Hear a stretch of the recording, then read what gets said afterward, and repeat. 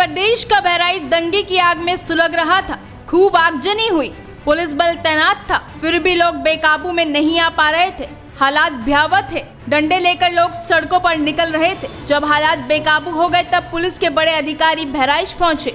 हालांकि 36 घंटे में जाकर स्थिति सामान्य हुई। वहीं अब उत्तर प्रदेश के सीएम योगी आदित्यनाथ को बहराइच मामले को लेकर खूब घेरा जा रहा है। नगीना सांसद चंद्रशेखर आजाद ने तो सीएम योगी पर आरोप लगा डाले।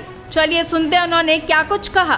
देखो, यूपी में जिस तरह से लगातार कानून व्यवस्था दम तोड़ चुकी है, ध्वस्त हो चुकी है, ये फिर से जो है उसी का एक उदाहरण पेश हो रहा है। लगातार कमजोर वर्गों के लोगों पर हिंसाएं हो रही है। 4 दलित समाज के लोगों की हत्या हुई, जिसमें 2 छोटी बच्चियां थी। फिर लखनऊ में, प्रदेश की राजधानी में, एक दलित समाज के नौजवान की, अमन सोनकर की पुलिस द्वारा हत्या कर दी गई। और अब बहराइच की घटना, मुझे जिस व्यक्ति की जान गई है उसके लिए मुझे मेरी संवेदना, उसके परिवार के लिए, और जिसने ऐसा किया उस पर सख्त कार्रवाई हो। लेकिन हम इस बात को भी इग्नोर नहीं कर सकते कि जिस तरह से जानबूझ के, इस तरह से गाजियाबाद के जरिए या किसी और जगह से, जिस तरह से एक समुदाय को उकसाने का, भड़काने का, सड़कों पर लाने का प्रयास किया जा रहा है, और लगभग इस बार तो जो है वो सफल भी हो गए हैं कि हिंसा जो है जिस तरह की होती दिखाई दे रही है।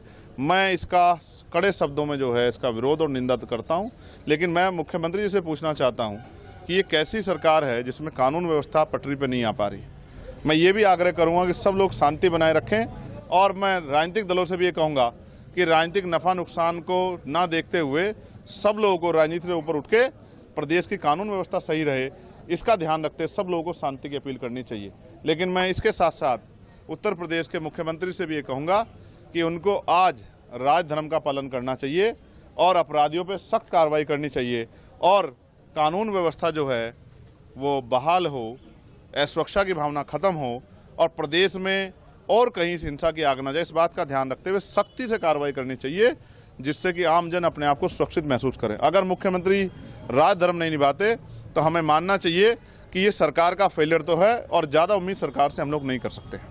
ठीक है, ये उनका अपना निजी बयान है, मगर मैं आपसे फिर ये कहूँगा कि जब धुआं उठेगा तो सवाल पैदा होंगे। तो इसके लिए कौन जिम्मेदार है?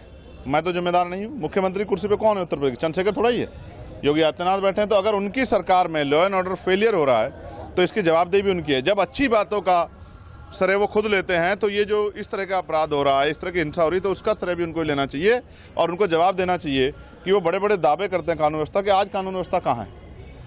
कौन सुरक्षित है उत्तर प्रदेश में? लगातार क्या बहन बेटियों पे हमले नहीं हो रहे हैं? लगातार क्या तमाम तरह से दलितों पे, मुसलमानों पे, पिछड़ों पे जुल्म नहीं हो रहे हैं? क्या लगातार नौजवानों पे जो है हमले नहीं हो रहे हैं? लगातार किसानों पे हमले नहीं हो रहे हैं?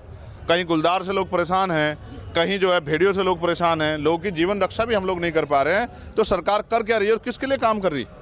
मुझे बड़े दुख के साथ कहना पड़ेगा, उत्तर प्रदेश में जो सरकार है मौजूदा, उसकी संवेदनशीलता जो है वो मर गई है, जिसका खामियाजा उत्तर प्रदेश की जनता को चुकाना पड़ रहा है। मुख्यमंत्री राजधर्म निभाएं और सख्ती से निभाएं, और जिस तरह की उद्दंडता करने वालों पर सख्त कार्रवाई करें, जिससे कानून व्यवस्था बहाल हो। मुझसे ये मत कहिएगा कि सहयोग से वहाँ भी एनडीए की सरकार है।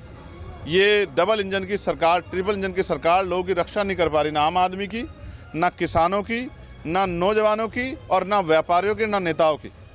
मैं तो संयोग से मैं बच गया, लेकिन बहुत सारे लोगों के जीवन में ये दिन नहीं आएगा। तो आपने देखा किस तरह सरेआम हत्या हुई, धमकी देके।